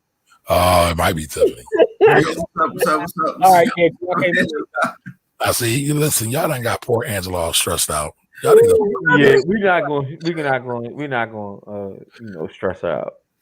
All right. So Don Johnson says Malik nailed it, and I think his name ain't Malik, man. He changed his name. It's David Ruffin. DR. All right, so he says Malik nailed it, and I think we're currently changing the narrative around the stock market. Yo, shout out to our brother Don Johnson, man. Don pulled up to one of our webinars last week, and Don actually showed his face for the first time ever. Like, Don is like a killer. So, a lot of people don't even recognize whether Don is a real person, but we saw Don. Don was there in the flesh. Did you take a picture? We took no pictures. Don was there. Don showed his face. And Don be bringing the fire too. And he was spitting bars. He was telling folks about ETFs and mutual funds and being careful in terms of so Don knows his stuff, man. He does. He definitely knows his stuff. Yes, he does. Yes. Okay. Great. Andrea Sanders says we are introduced to the stock market by my sister. Mutual funds by your job later on in life. I found out about buying stocks individually. Okay, that's dope. Yeah, that's nice. Way most people even get introduced to the stock market. But I will say this, and I've said this on Twitter before, is that moving from the pension, which is a defined contribution plan, defined benefit, moving from defined benefit plan to a 401k or a defined contribution was the biggest hustle that was perpetrated on the American public, period. You took a group of people that were never educated about their finances and always had the expectation of having a pension and was like, nah, pensions are kind of expensive to maintain. So what we're going to do is we're going to put it in your hands. Here's a 401k. And the 401k, as it was created, as the creator of the 401k talks about it, he was actually outside of Philadelphia who came up with the 401k using the Revenue Act of 1978. He said this was not for the regular person. They were trying to move money, tax deferred, that for their banking partners. That's all it was. It was another exploitation of the tax code. It wasn't supposed to be for the average Joe. The average Joe was supposed to have a pension. I mean, yeah, but I'm waiting for somebody to say that Courtney brought up tax before Kamari did, but I know y'all not going to do that. no, I was actually going to say that. I was going to say that, but I think she makes an excellent Your point. energy ain't even right with that one. That don't even sound right, bro. But hold on though. At the same time, though, the funny thing is, what did that do for those corporations that got away from the defined contribution? It probably made their share price go up. True, but here's the other ones: the ones that couldn't get away from it, the ones that had a lot of problems. Sears, GM, Ford, airlines. Like airlines, there's a lot of companies that have had significant problems with their pensions, and they've been able to get bailed out. Like, we'll just we'll go bankrupt, we'll redo our pension plan, and what happens. Well, many people don't realize that pensions are guaranteed by the government, but you get a severe haircut when you have to go that route. When companies go that route, like I wouldn't say pennies on a dollar, but I would basically say like dimes on a dollar. Yep. So you get something, but it's certainly not what you were thinking. But it's all Studebaker's fault. I'll just leave it at that. What? I don't. Ty, we gonna have to talk, bro. You talking reckless, bro. Talking reckless. I don't know. Hey, listen, the originator is not always the person that perfects it, so he might be right. No, he's not. Music. I don't know. Yeah, so do I. We could add a debate. Okay, well, that was okay. Yeah, bring him on. Bring him on. Bring him out. The door to make a point. Bring him out. All right, so Adrian says, yeah, Jimmy, everything goes. Excuse me. Yeah, Jimmy, everything does get better when Babyface walks in the room like sound. Correct. Say it again. Say it again. All right, there's a podcast that talks about Teddy Riley and the new Jack sound called Jacked, narrated by Taraji P. Henson. It was pretty interesting. Monica, can you put that in the comments, please? Yeah, I like to hear the comments. You mean like in a group? Yeah. No, in the thread here. She just put it in the thread. What else you wanted to do? The link. I'm talking about the link. The link. Oh, okay. All right. So right, Richard, you're absolutely right. Teddy birthed the Neptunes, Timberland, countless others. Yep. That old Virginia sound is Teddy for the most part. Yep. All right. Ty gonna come on camera to make his point? Oh, come on, Ty. What you got, bro? I said what I said. Now, hit me with my name is my name. All right, hold up. Now, I don't know whether anybody pay attention to Drink Champs. Yeah. But on Drink Champs, Marley Marl actually talks about him and Heavy D working together in the 80s. And Heavy D, if you listen to a lot of his earlier music, he talks about I have this new Jack. I forgot what it was, what the term was. But Teddy, the new Jack Swing. It was like Jack Swing or something like that. But that's where it originated. And then Teddy took it along and perfected it. But Teddy produced a lot of heavy stuff. If you go look at the track, Marley Marl is documented as the originator. I need to see the documents. Listen, I'm not going to disagree with you, but I will tell you this though. Marley Marl takes credit for damn near everything that ever existed. So, and that's why if I hadn't seen as much as I saw, I would agree with you because he does. He does. And I want to say we gotta add this in, right? So to Jimmy's point, right? Every major hit Marley has, they all say the same thing. From Eric B to Big Daddy Kane to MC Shan. Yeah. Marley didn't produce all my stuff. I did it. He engineered it, right? Everybody gives him the credit for the engineering. You're absolutely correct. Right. So Marley a little suspect. And listen, Marley's great. But right? the work is documented. I just went through Heavy D's catalog just because I wanted to verify it earlier today. All right, send it to me, Ty. Send it to me. I'm gonna actually send you the clip. All right. Let's see right now. What is going on? All right. And shout out to Ty pulling up the proof. Yeah, that's right, Ty. I said what I said. That's right. What he said. Right. He's like, my name is my name, and I say what I said. He like Marlo out this joint. He rolled up on y'all. He rolled up right on y'all. Yo, congrats to EYL. Check them out on the Body Hood podcast. But I'm sorry, go ahead. Tracy, you know the game. All right, so Dawn says, leave me alone. Right, leave me alone, this boss. Yep. Well, I mean, it was a really good song, but can we Moonwalker? There was a claymation bunny. Can we really not there's a Y'all But don't see that's the video. But that's the video. The song is still fire though. no, it was the movie. The bunny kept popping up. It was a Yeah. space bunny. Same thing. Yeah, that Hey, movie was talking about- garbito. Yeah, the And, movie. and Tracy belongs in a pit of unfortunate for No. even bringing that up in the same. No, I'm sorry. I still have my VHS. I'm sorry. Oh, wow. Wow. I'm sorry. No. Tracy, Yo, Can we say that Beta was actually the better program? what? Betamax was actually the better system. Okay. Tracy, are you a hoarder? Do we need to get you help? Why do you still have the VHS right now? Because it's a classic. Oh my God. It's a collector's item. I literally have it in You its converted to original digital. sleeve, and it's in an original document, and it's sealed in a Ziploc. Because I promise you, it's going to be worth some money. Oh Lord. All right. So Richard drops I mean, off. if it's not worth money now, I don't think it's going to be later in the future. Though. yeah, whatever it's worth now is what it's going to be worth. It might be though.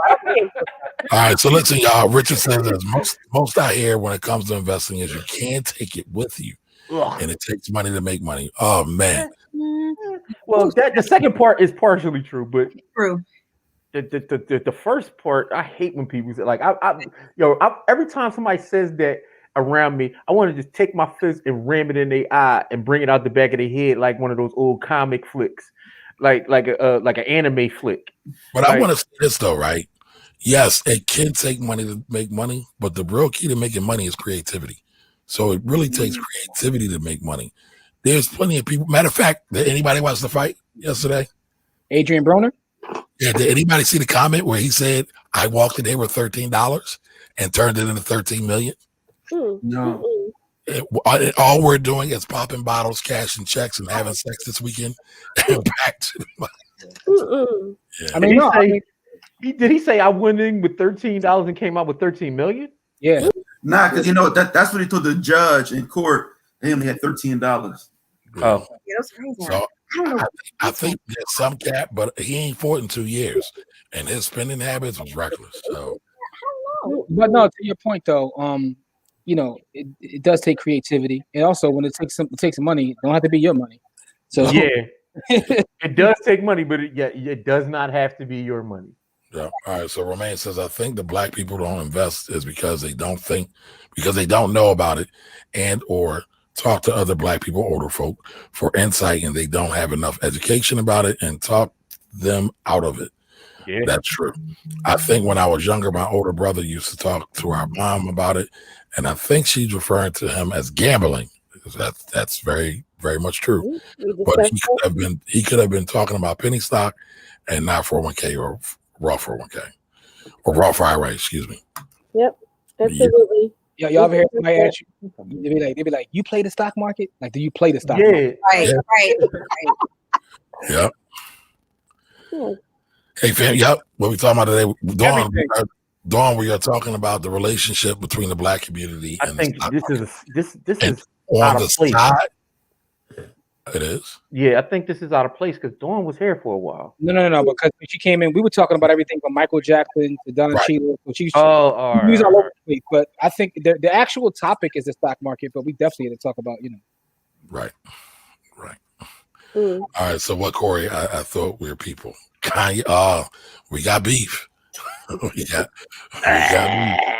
beef. I rock with Kanye before he lost his mom. Me too. That's it. I mean, listen, I don't gotta like the person, but I don't like the music. I never was a Kanye music fan, so I'm not. It's not.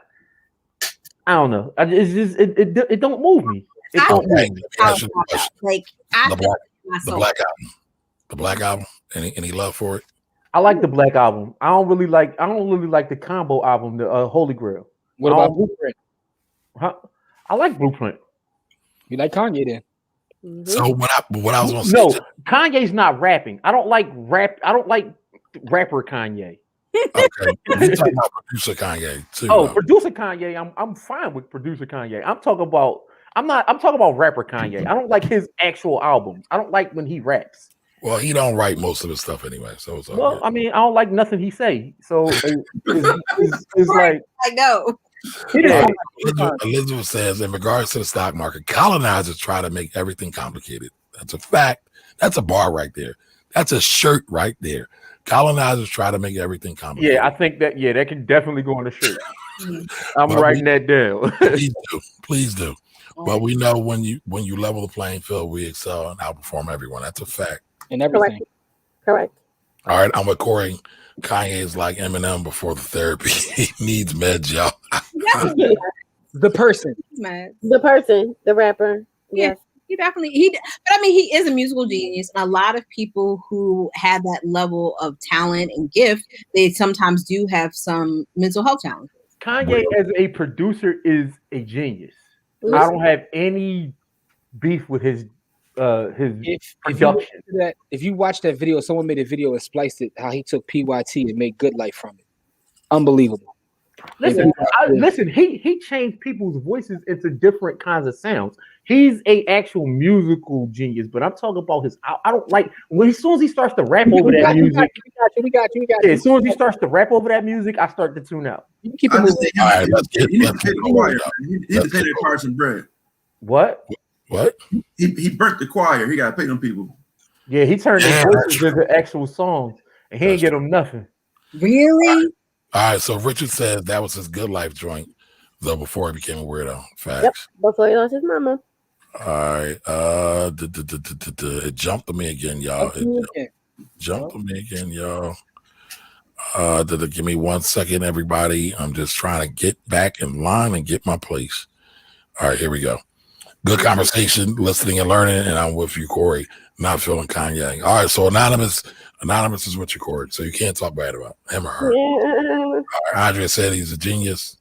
Stevie Wonder's a musical genius. My grandmother has the money in the shoebox in the back of the closet behind a whole bunch of stuff. All right. That was my grandmother, too. I saw Soul Food. Can't be mad at Nanny. National Shoebox of Night Mattress, Federal Credit Union. It's out. With keeping money on hand, but I don't think you should keep all of your money on hand. You should have something on your person, something. Yes. No. Because some people use it as a lifestyle. Correct. And that's Listen, we grew up. Well, I grew up in the 70s and 80s, right? And so, bro, you didn't grow up in the 70s, dog. I was getting confused. You didn't grow up in the 70s. Well, I grew up in the 80s, and 80s and 90s, but pocket money was a thing in the 80s and 90s. Pocket money was. All the ladies in my family had to go right at their head to their Listen, Boosty cash, like pulling it right from underneath the tip was definitely. All right, we're not talking about sweaty. We're not talking about sweaty money, y'all. We're not doing that. Hey, listen, I remember when we used to go play ball, and I used to put my money in my sock because sometimes my shorts ain't have pockets. Yeah. And so Courtney, you just made a meme right there. I don't know if you know that or not. Yeah, Courtney's good for that. All right, so listen, Jay-Z, I got the right stocks. I got stockbrokers moving it like it's white tops. So that's a drug reference and a stock reference all in one for everybody that's not familiar. Shout out to Roger Goodell and Desiree Perez's homie. I'm sorry, Desiree Perez. Nobody knows who that is, but that's funny. I'm right about it because it pissed him off a little bit because he loves Jay-Z, but let's see. No. But I think it's not even a thing. I think the streets got it backwards when we're talking about snitching. Like, let's go back to the origin of snitching, which is slavery. Let's really talk about it. Okay. Snitching doesn't apply to you unless you are really trying to help the community when you're a political prisoner. But that's a whole other conversation. I'm not talking about anything to do with snitching, but my thing I know, but that's what the streets are saying. All right. Jay been talking about wealth and concepts like circle of success. Yes, he has since his first album. This is all true. If we could all be crutches, we could. What's the line? If we could all get paid, we could all be each other's crutches. That's right. Yeah. And if one falls, one of my brothers falls. What's the rest, Corey? I know you got it. I know Dane don't like that line though. I'm sorry. Let's see let's keep it moving, man. I'm not gonna get into a Jay-Z debate with Kamari right now. Oh, it wasn't a debate. It wasn't a debate. There was no debate there. There was no debate. It's harder to hear with poverty, pain, and survival. Yeah. Woo. Damn. Elizabeth got power today. That's true. Elizabeth out here writing a book. She hurting it right now. Yeah, she is. Facts, according with the facts. Until All that right, Tyrone's back. He must Oh, be. that was in reference when Jimmy made the when Jimmy made the other reference, and Courtney didn't know what what it was. All right, Corey Camp. That's it. That's all. The isms don't matter. That was a long time ago. Don't matter when don't control money. Jeez. Yeah. I can't tell you about the number of activists who damn capitalism. Like I said yesterday on Kamari's show, don't let your oppression make you miss opportunities. Ooh. Ooh. Ooh. Bars. Yo, somebody write that down, please. Take a picture. don't let your oppression make you miss opportunities. T-shirt alert. Yep. Along with financial poverty, many of us need to combat poverty on the mind that alone can change some things. Facts. And listen, when we writing these down, please write down the author. I just took a screenshot. I mean, I've been crediting everybody for their work. Exactly. All right. Kahan says my family is starting to come around. We attended a stock roundtable last week. That's dope. That's dope. Mine's not. Listen, Kahan been trying to do that for a while, so that's dope to see that he's making progress. He been at for years. Yeah, but Kahan, like him and Callie, they got it on lock. They get busy together, but he's been trying to bring They got a business. They got the baby investing. I mean, they doing it. Listen, y'all. Sometimes we want to go from 0 to 100 real quick, but the baby steps, the real solid ones. Man, listen, my son came to me today and asked me to give him a wallet for his Bitcoin. I'm like, what? He know what he's doing. I'm like, all right, I'm gonna get you a wallet, son. No problem. If he know enough to ask about a wallet, you need to buy him a wallet. I need to find like what is he watching? Like, I need to find out what his shows. You gotta watch it with it. Right? You watch it out of her. YouTube history, see what's going on there. You've been peeking in on our podcast. All right. So Talisha says cash culture exacerbates tech adoption. Yeah, to a certain degree. I can't argue that. Dawn says I choose to be unbanked for a few years. It was freeing. I didn't have to think about getting fees for them holding my money every month. Derek Grace 2 Life. Yeah, I think it's really important that we remember that, their free checking is like a relatively new thing. Yeah, they used to charge you dumb amount of fees, and that's why my grandmother was like, "Nah, I'm not doing that." Yeah, I forgot about that. That's true. Dwight, what's Freedom Bureau? Freedom Bureau was a tremendous deal. That was Frederick Douglass. God, Frederick Douglass. Yeah, I was like, yeah, it wasn't freedom. It was Freedmen's. It was Freedmen's Bureau. Right. Because the Freedmen's Bureau and the Freedmen's families, they also were behind a lot of the HBCUs as well. Yep. All right. So Elizabeth says, say it louder, Adrian.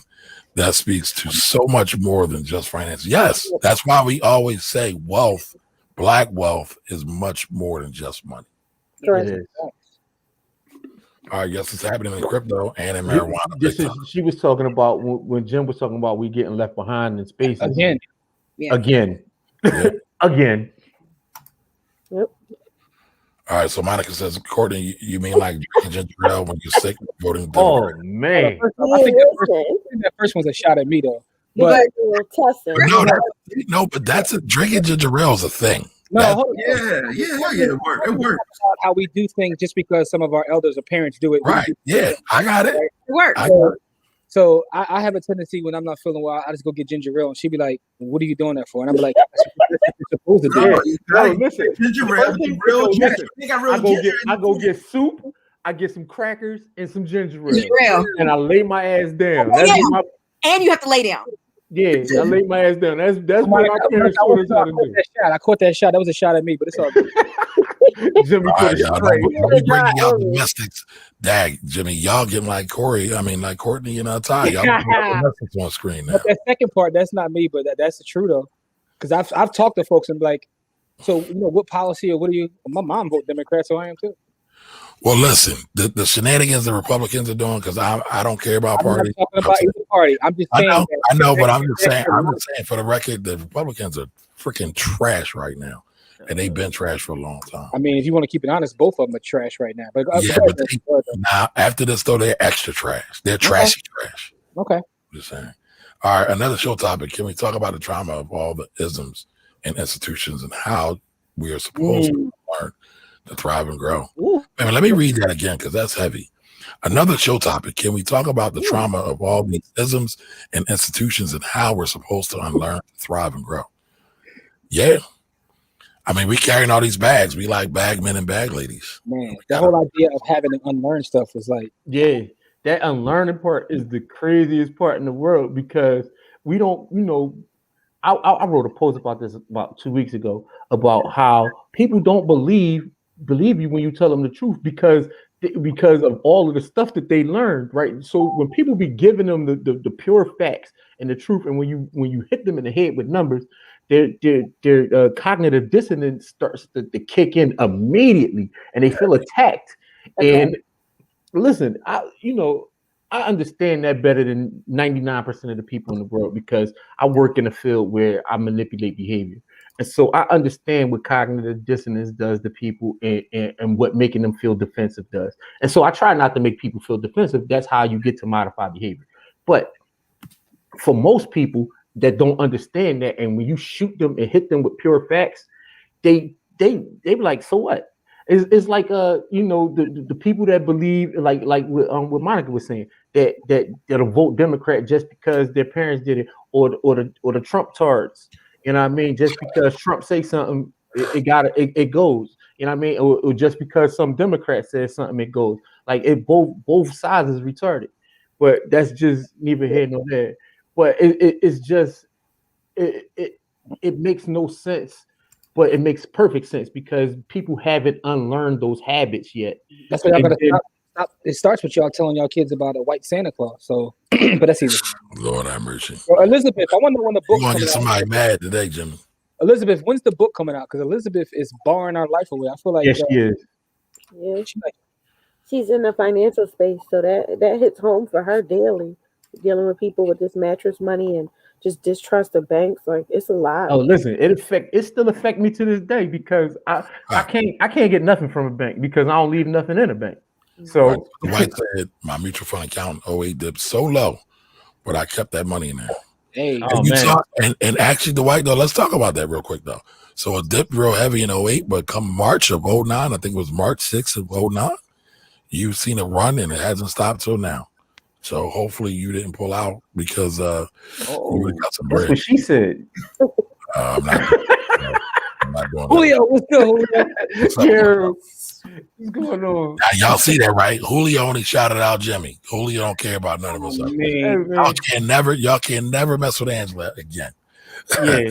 All right, so the White says House of Lies is one of my top all-time shows. Yeah, House of Lies is that work. Yeah, man. It's definitely. And it wasn't Richard Wright, it was Jeffrey Wright. Monica was correcting me.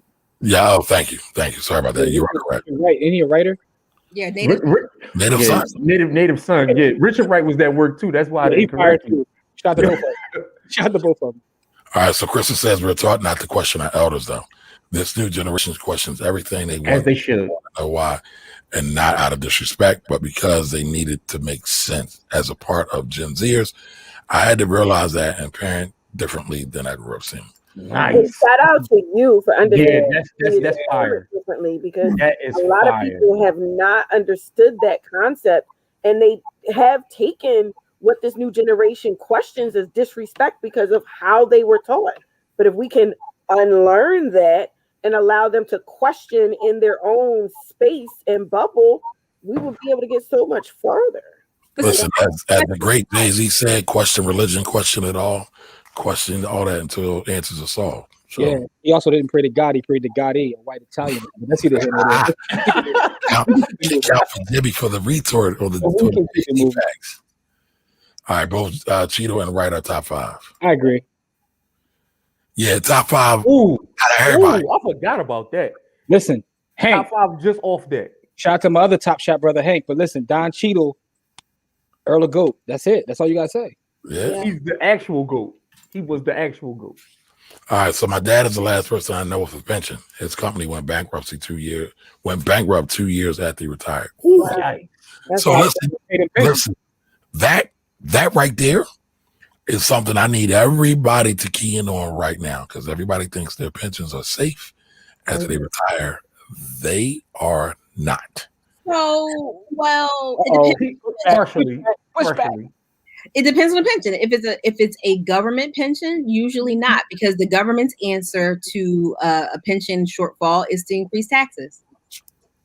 But Courtney, she said his company, so it's Right. not. So stop arguing for the sake of arguing, lady. You said They're not safe. They're not safe. They're not safe. Listen, what happened? Listen, no. We can go there. What happens if we get bombed? You don't think it's going to affect pensions? Anything possible. They'll just increase taxes. But I'm saying, but the way you're trying to make it seem is that company pensions and government pensions are the same, and they're not. And that's how I'm trying to make very clear. Pensions are not safe across the board. Ain't nothing, Mari. Tax fight. Then you disagree with me. Then that means I'm right. You're wrong. Now leave me alone. No, tax fight. I'm right. You were making a blanket statement, and you're wrong. That's fine. You don't got to go into everything. Off the wall. You gotta listen. Hold on, y'all. Do y'all see why Jimmy should get this peace offering, y'all? This peace prize. She always coming at my neck. Yo, all I can say is tax fight. Hold up. He said Moonwalker is top 3 and it's not 3. Top 3 what? Top 3 most garbage. All right, so hold on, y'all. Thanks for the real comment. All right, so the other problem is it's also not taught in schools. Every child knows the value of pi, but none of them know the value of 72. No, the rule of 72. Thank you. Yeah, I'll be honest, y'all. I'm not really a fan of teaching financial educational literacy in public schools. No, neither am I. No, I don't trust the teachers. Yeah. I'm a teacher, and I don't trust the teachers. Facts. Right. You got to seek it out separately. Go in a community of trusted advisors. Yeah. The community has. We got to do more too, though. We got to do more too. So, Richard says, "I got to hear Marley say it." Maybe he said he coined the term, but created the sound. I don't know. Yeah, we'll see.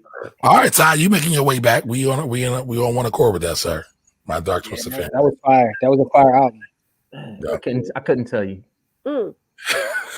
That money wasn't sweaty Kabari. My great aunt had a whole ladies in the community, like, I have so many questions, but I'm not touching none of them. Who carried their entire net worth in that jar? Like, Bustier money. Right. If every one of you, thank you, Hank. Thank you. If every one of your clique is rich, your clique is rugged. Nobody can fall because everybody else would be each other's crutches. yeah, Bars. And Bleak is up next. I'm sorry. Go ahead. Yeah, and Bleak ain't never going to die broke. Yeah, the new one improved, Jay-Z, right? I'm sorry. Go ahead. Where we going to breakfast, boys? All right, so Crystal. Yeah. Courtney's like, what in the world are y'all talking about? Well, these are all hip hop references, Courtney, by the way. All Jay-Z. All Jay-Z. Right. Crystal says, Hank Rollison, funny enough, the middle school my daughter goes to does have an elective for personal finance. It was shocked and definitely made the choice for her. Okay. Was it good? Now, I got a question. Did they teach about wealth or how to be an Uber consumer? Yeah. That's important. That's important. And I think Monica gives a great point about that in the comments. Yep. All right, we'll get to it. All right, let the kids be on whatever is moving. A child shall lead them. Yes, indeed. All the time, invest in what your kids are bugging you about. Don't forget the Vicks and castor oil. Listen. Vicks is great. Sure. And the testing. When you sick, listen, first of all, I can't tell my grandmother. Hey, Rich, stop hating, yo. Rich, stop hating, B. I can't ginger ale beat it, yo. Y'all know also true. I actually make real ginger tea from ginger root. So it ain't hard. You can do it. It's not. My mom, that's my mom actually made that for me as a child. Yeah, it's actually really good for you. It is. Most people don't do it now. Listen, Republicans dismantle systems to oppress and Democrats uphold. Elizabeth Penn is on fire tonight. I gotta give you that one, Elizabeth. I got to give you that one. Elizabeth said, "Hold my mule." Right? Yep, got to give you that one. All right, ginger ale, soup, crackers, and Slep kept us alive for years. Y'all just learned. You're right. That's right, Hank.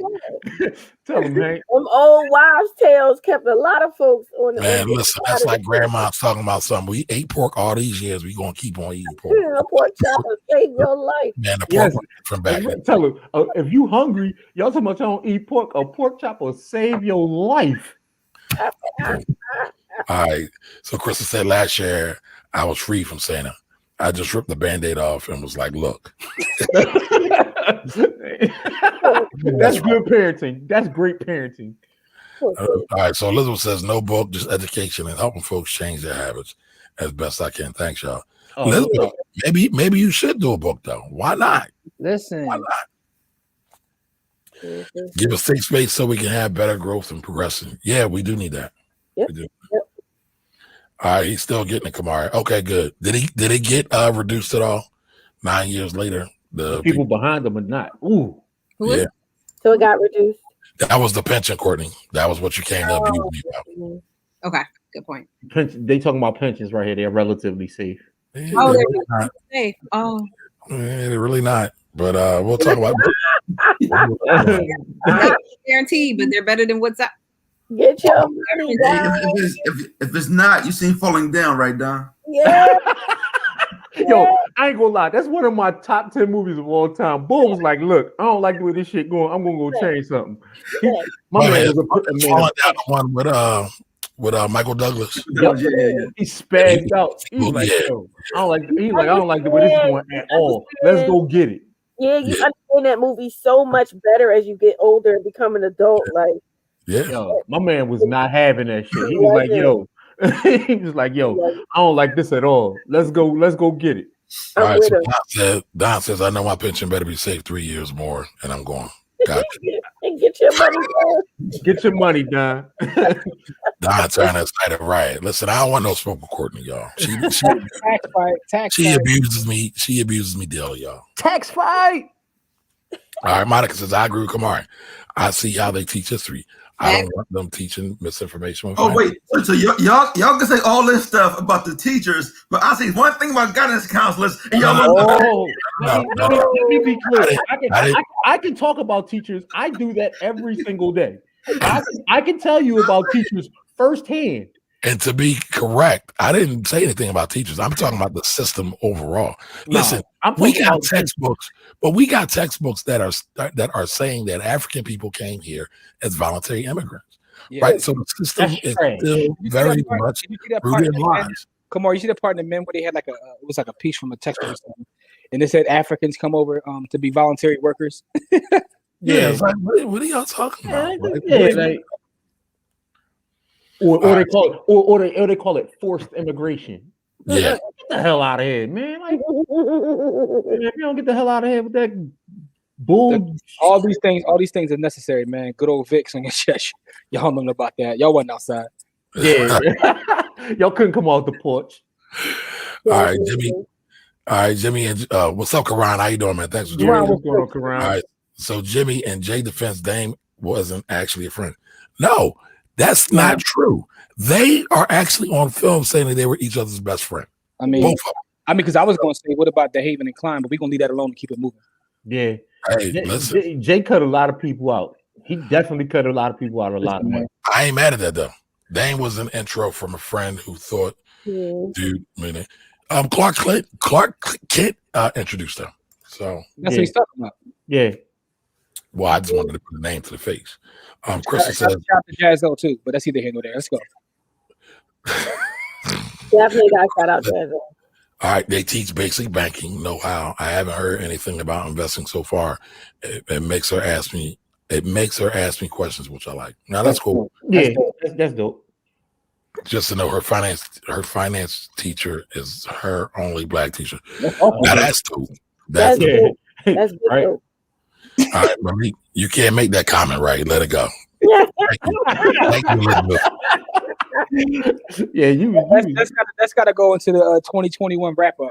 Correct. Black World Project wrap up. Correct. So, do we get Uncle Murder or do we get Skills to do it? Uncle Murder. Yeah, I'm going skills. Give me skills. Give me skills. All right, hold on, y'all. He's confused. Give me I like the boring one. It's okay. No, I don't like the biting. I'm too old for that. Okay. All right, so Adrian said one of my issues. Like Teddy Riley biting off but he didn't bite. That's not I mean, documented. that's not what Tyrone said. I'm taking Tyrone. You gotta say allegedly though. You gotta say Tyrone told me. I'm telling you what Tyrone told me. All right, so let me get to this. One of my issues with activism in our community is the idea that just because white folks do something to make money, that it's bad. Sometimes we need to ignore white to get to the green. I agree with that. She's talking about the context. She's talking about the context. She's talking about the nuance. Yeah, I know what you mean. I see. I get it. I'm here for the sentiment of objectivity. I'm here for that. Listen, how many people do y'all know that says they won't invest in the stock market because, again, what Courtney brought up earlier is that the stock market was trading slaves. But none of the companies that are there now are trading slaves, and many. That's not. I mean, that's a matter of perspective. That's a matter of perspective. Many of the stock companies that are on the market now had absolutely nothing to do with slavery. So, but you have private prisons, are they not the same? Yeah. And the thing is, the private prisons, they using that private prison labor the same way they use the slave labor. It's the exact same thing. I'm vehement. Like, if anybody's watched my show, I say flat out, I don't invest in private prisons. I think investing in private prisons. Regular companies, like regular ass companies, use private prison labor to make a lot of projects. Listen, there's a man, I can't forget my guy. I know a slavery abolitionist. I cannot remember his name off the top of my head. But he got all the facts about prison labor on his page. And if you need to know I'm going to go get his name and drop it in the comments. And what I'll say is this, Kamari, do you own an S&P 500 fund? And yes, there are private prisons in the S&P 500 fund. Okay, yes, well, there you go. But I am not intentionally going to do that. I'm not buying prison stocks. Just not. All right, yeah. I was about to say, but private prison labor is the continuation of slave trade. It is. Absolutely. I'm not going to say that I don't invest in those companies because I don't know every company who does this, right? But I know a lot of companies. Number one, the reason why they shoot they stuff to overseas is because they can pay them 5 cents when they got to pay us $5. I would say Nike invests in slave labor, but yeah. And then a lot of the people. Of course, you would disagree with that, but I mean, I'm going to push back on that. You can push back a little bit on that, but what I'm saying is, like, what are the facts? There's documentaries on the there are, and they're all from a Western Americanized standpoint. I mean, hold on, Malik. I mean, there was a guy that said, y'all can call it slave labor, but last week my aunt was actually out on the corner tricking. She was a prostitute. Now she has to work in the factory. So there's different. Of course, you find people that will make the argument on that side. That's almost like when they try to get them to change the Redskins name, and they went and found every Native American. They went and found every Native American that. Put your yoga pants on, because anytime you have to invest in suicide nets, I think there's probably some foul stuff going on in the buildings. Yeah, man. Listen, we got suicide nets here in America. Suicide nets. Where's the suicide net at? Let's stop with the hyperbole. Where's the suicide? They are. In the Americas. He didn't say in America. He said in the Americas, and they have them in Mexico. In first of all, America is way bigger than. Yes, it is. It's way bigger than the United States. Yes, that's not what you said. That's not what you were talking about. Stop giving them bill. I slave labor. It's not. Listen, I get your point, Malik. You're right. Your point was absolutely correct. Like, to have suicide nets, his point was not correct. So many people jump out the window rather than fucking work. It's a problem. That's more. That's more. Nike factories literally have suicide nets. Prostitution or working in a factory. No, again, I mean, all right. No. We're not going to have this. Kamari, you wilding, Kamari. You wilding. No, I'm dead serious. We bring Americanized ideas. You know what it is? He got Nike. He got Nike. He's a Nike shareholder. That's what it is. No, I don't. Well, wait a minute. I think I got $1 worth of Nike. So I guess technically, yeah, I'm a Nike. When did that? Yeah, what's the point? You just using it to track the company? Why the hell you only got $1 in Nike stock if you going to buy it? You only need $1 to invest, and I'm still making more money on Nike than I'm having my money in the bank. Okay, I mean, compound interest. We was talking about that compound. I was going to take it 1,000 years for your dollar to do something, but it is what it is. Wow, so all day that thing wasn't working, and now it works. Y'all, so much. That was amazing. Good job, guys. That was So thank you. It depends on what happens in the factory. That's a fact. Oh man, Adrian, I done lost your support. Dang it. All right, so what's this? Take that off. The bots. Blocked. Let me delete as well. Man, these bots are crazy. It's not that's real. I'll show you my Cash App. No, don't do that. No, you don't have to do that. Please don't do that. We don't want to see that, dog. We don't want to see that at all. Hey man, listen, it ain't about the work, it's about the impact. So all right, listen, everybody. We've been rocking for 2 hours. It is now 8:58. So we appreciate you all being here. We had a fun time. I don't know if anybody got anything out of this because we talked about everything from Michael Jackson to Thriller to Kanye to Marley Ball versus Teddy Riley. This was really like a versus battle. It was awesome. I had a good time. Nah. If everybody had a good time and enjoyed themselves while they learned something, there's nothing wrong with it. Absolutely. This whole time I was sitting here buying Top Shots. I probably spent a lot of money in there. Yo, did you really go in there and spend 2 hours buying Top Shots while we was on the air, dog? Yeah, pretty much. You cheated. It takes a long time to pay. Yeah, a long time. Listen, I was late to the show buying Top Shots, but I stopped because we was on the show. You can't be doing that, dog. You cheating because you probably bought cars that I need. So Corey's not even mad that he's not fully participating in the show. He's mad that he might be taking some of his. Yes, life. yeah. Man, listen, this Top Shot life something different, bro. Man, I want a box. Man, I still haven't checked it out. It's a culture, man. It's a culture. Yeah, man, but we gotta share up. He's cheating. And by the way, Nike has admitted to slave labor. I'm gonna put that out there in 2020. By the way, but thank you, Talisha. Let's stay on task, right? Jose, everybody, even apologizes for tardiness. No worries, bro. Yeah, that's good luck on the midterms. Good luck on the midterms. That's right. Right, great show. Thank you. All right, well, I'm glad everybody's happy. Listen, next week we'll be back at 7 p.m. I know you got this comment right here, right? Every week, what comment? Edutainment. Oh yeah, Karis. The greatest rapper of all time. The greatest what? Rapper of all time. Who? KRS-One. Knowledge rates supreme over nearly everyone. I mean, he also talked about taking a 13-year-old girl. No, I'm gonna leave that alone. Jimmy y'all talking about me being a rebel and me being contrarian? Jimmy always got. No, I'm just saying. I like to point these things out. There is no best.